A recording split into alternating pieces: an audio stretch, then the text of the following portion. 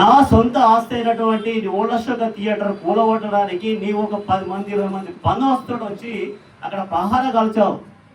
నిన్ను ఎవరు పిలిచారు అక్కడికి?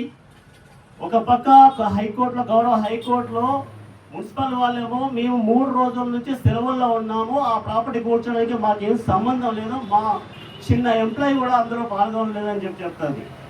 ఇంకో పక్కనేమో అది సింగరేణి లీజ్ ల్యాండ్, ఆ సింగరేణి లీజ్ ఇచ్చినటువంటి సింగరేణి యాజమాన్యము ఆ కూల్చివేతలో మాకు ఏ విధమైన సంబంధం లేదని చెప్తుంది. మరి ఈ పోలీసులు ఎవరి కోసం వచ్చారు? రౌడీలకి కాపల కోసం వచ్చారా? కాంగ్రెస్ కార్యకర్తలను ఇష్టం వచ్చినట్టు చేసుకోరా, మేము ఏం కాకుండా చూస్తామని చెప్పి వచ్చారా?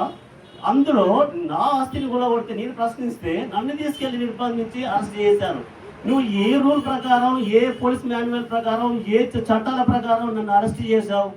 నా ఆస్తిని వాళ్ళు కూలగొడతా ఉంటే నువ్వు ఎట్లా ప్రొటెక్షన్ ఇచ్చావు? వాళ్ళకి ఏమన్నా వాళ్ళు ఏమన్నా డిస్మెంటల్ ఆర్డర్ తీసుకుని వచ్చారు అక్కడికి?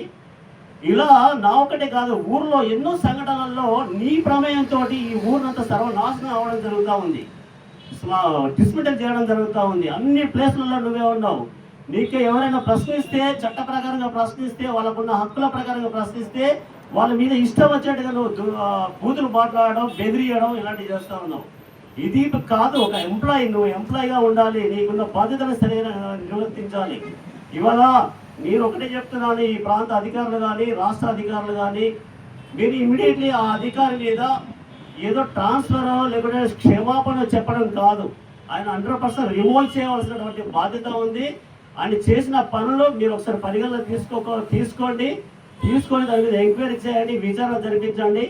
అది ఆర్టికల్ 311 ప్రకారం ఆయన ఉద్యోగాలకు పనికి రాడు, అనర్హుడు, కాబట్టి ఆయనని ఇమీడియట్లీ రిమూవ్ చేయాలని చెప్పి ఈ సందర్భంగా నేను తెలియజేస్తున్నాను. అదేవిధంగా మా అడ్వకేట్లందరికీ వారు ఏ విధమైనటువంటి పోరాట ప్రతిభను తీసుకున్నా కూడా అన్నిటిలో న్యూ ఇండియా పార్టీ పాల్గొంటుంది, వారికి మద్దతు ఇస్తుందని చెప్పి ఈ సందర్భంగా నేను తెలియజేస్తున్నాను. మరి వారి మీద సరైన చర్యలు తీసుకునేంత వరకు అడ్వకేట్లు విరమించేదైతే లేదు.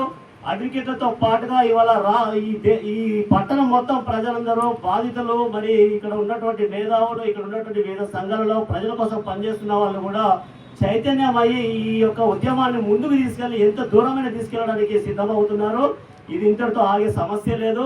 ఇమ్మీడియట్లీ డిస్మిస్ చేస్తే కానీ ఈ ఉద్యమం ఆగదని చెప్పి ఈ సందర్భంగా తెలియజేస్తున్నాను. Thank you.